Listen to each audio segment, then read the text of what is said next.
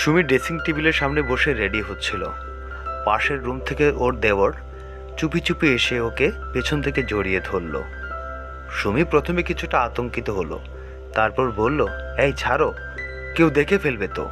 তখন পলাশ মৃদু এসে বলল, দেখলে দেখুক, আমি কি কাউকে ভয় পাই নাকি? আমি তো তোমাকে ভালোবাসি। তখন সুমি বলল, ও আচ্ছা তাই নাকি? তাহলে যাও, তোমার ভাইয়াকে বলো তুমি যে আমাকে ভালোবাসো। তখন পলাশ বলল, বলবো, সময় হলে ঠিকই বলবো। আসলে সুমি আর পলাশ ওরা পূর্ব পরিচিত। ওরা কলেজ লাইফে একে অপরকে ভালোবাসতো, কিন্তু পলাশের একটি বিশেষ কারণে তাকে বিদেশে যাওয়া লাগছিল। আর সেই ফাঁকে সুমির বিয়ে পলাশেরই বড় ভাই ফয়সালের সাথে ঠিক হয়। কিন্তু সুমি এই বিষয়টা কিছুই জানতো না। ওকে এক পর্যায়ে জোর করে বিয়ে দেওয়া হয়। বিয়ের পরদিন থেকেই ওর মনটা অনেকটা খারাপ ছিল, কিন্তু তারপরেও মানে নেওয়ার চেষ্টা করছিল। একদিন সকালে যখন চা হাতে ও ফয়সালকে চা দিতে যায়, তখন হঠাৎ দেখে ফয়সালেরই ছোট ভাই পলাশ। তা দেখে সে আতঙ্কিত হয়ে যায়। এদিকে ফয়সাল অনেক ভদ্র একটা ছেলে। সে বেসরকারি কোম্পানিতে একটি এসআরের চাকরি করত। সে শত ব্যস্ততার মধ্যে কখনো ভুলতো না তার বউয়ের জন্য বেলি ফুল নিয়ে আসার। তার চোখে রূপা পৃথিবীর সবচাইতে সুন্দরী একটি মেয়ে। সে প্রায়ই তার কাছে ভালোবাসার কথা প্রকাশ করত, কিন্তু রূপা কোনোভাবেই ফয়সালকে ও ভালোবাসতে পারতো না। কিন্তু ফয়সাল মনে মনে ভাবতো, হয়তো তাদের নতুন বিয়ে হয়েছে, তাই রূপা এখনো সংসারটাকে ঠিকমতো গুছিয়ে নিতে পারেনি। তাই তার ইচ্ছার বিরুদ্ধে কখনো ফয়সাল তার গায়েও হাত দেয়নি। ভাবতো একটা সময় তো তার ভালোবাসাটা পরিপূর্ণতা লাভ করবে। কিন্তু রূপা খেয়াল করেছে, যখন থেকেই পলাশ ফয়সালদের ফ্ল্যাটে উঠেছে, তখন থেকেই সে প্রথমেই পলাশকে একটু এড়িয়ে চলতো। কিন্তু সতে হলো তো ভালোবাসা। তার ভালোবাসা থেকে কখনো সে দূরে যেতে পারেনি। সে পলাশকে আবার আগের মতো ভালোবাসতে শুরু করলো। বড় ভাইয়ের চোখের আড়ালে চলছিল ওদের গোপন প্রেম। আসিফ সারাদিন অফিসে কাজ করত, আর এই ফাঁকেই ওরা মেলামেশা করত। কিন্তু সত্য বেশি দিন চাপা থাকে না। আসিফ প্রায় খেয়াল করত রূপার কিছু অস্বাভাবিক আচরণ।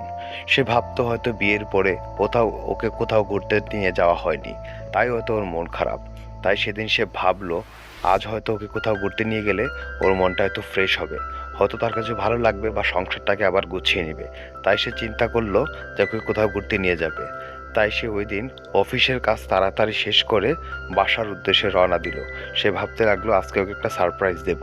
সে দরজাটা খুলে আস্তে আস্তে রুমের দিকে গেল। গিয়ে হঠাৎ করে দেখতে পারল তার ভাই আর তার বউ একসাথে বসে মেলামেশা করছে। সে তো অনেকটা অবাক হয়ে গেল, তার মাথার উপরে আসমান ভেঙে পড়ল। সে কি করবে কিছুই বুঝে উঠতে পারছে না। সে হঠাৎ করে চেয়ে বলল, কি, তোমরা এসব কি বলছো?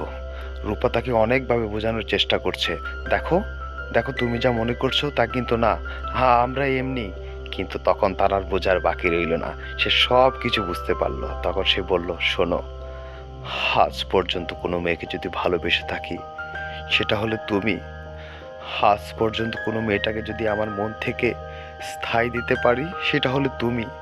আর তুমি আমার সাথে এমনটা করতে পারলে, তাও আবার আমার আপন ছোট ভাইয়ের সাথে। তখন পলাশ বলল, শোন ভাইয়া, তুই যা দেখছিস তা সত্যি নয়, তুই যা বুঝছিস তাও সত্যি নয়। আসলে রূপা আমার ভালোবাসা, আর ওর আমার ভালোবাসা তোর বিয়ের আগ থেকেই। আমি যখন বিদেশ চলে যাই তখন রূপার বাপ মা জোর করে তোর সাথে বিয়ে দিয়ে দেয়। তখন আমি কিছুই জানতাম না, কিন্তু এখানে এসে দেখি রূপা ভাগ্যক্রমে তোরই বউ হয়ে গেছে। এখন আমরা কি করব বল? আমাদের ভালোবাসাতে তো আমরা অস্বীকার করতে পারি না। এখন আমাদের ভালোবাসার একমাত্র কাটা দেয়াল হলি তুই। তোর কারণেই আমরা এখন একসাথে হতে পারছি না। ফয়সাল মনে মনে অনেকটা দুঃখ পেয়ে সে তার রুমে গিয়ে দরজা লাগিয়ে হঝরে কাঁদতে শুরু করলো, যেন তার মাথায় আসমান ভেঙে পড়ল। সে কি করবে কিছুই বুঝে উঠতে পারছে না। তার আপন ছোট ভাই শেষ পর্যন্ত এই কাজ করতে পারলো, তাও আবার তারই বউর সাথে। আর সে জানতো না তাদের এই গোপন কাহিনী। সে কি করবে কিছুই বুঝতে উঠতে পারছে না। এদিকে এদিকে ফয়সালও তার ভাইয়ের এই কষ্ট দেখে সে কাঁদতে কাঁদতে একবার অঝরে পাগল হয়ে যাচ্ছে। আর দুটি জীবন নষ্ট করা রূপা বসে বসে ভাবছে, হায় আমি কি করলাম। আসলে জীবনে কোনো ডিসিশন নিতে হলে অবশ্যই অবশ্যই বুঝে শুনে ডিসিশনটা নেবেন, না হয়তো একটা ভুলের ডিসিশনের কারণে আপনাদের সবার লাইফটা ডিস্ট্রয় হয়ে যেতে পারে। প্লিজ ডিসিশনটা ভালোভাবে নেবেন। আমার চ্যানেলের ভিডিওগুলো ভালো লাগলে অবশ্যই আমার চ্যানেলটি সাবস্ক্রাইব করে দেবেন এবং পাশে থাকা বেল আইকনটি অন করে দেবেন, যাতে আমার নতুন ভিডিওগুলো সবার আগে আপনাদের কাছে পৌঁছে যায়। ধন্যবাদ। আসসালামু আলাইকুম।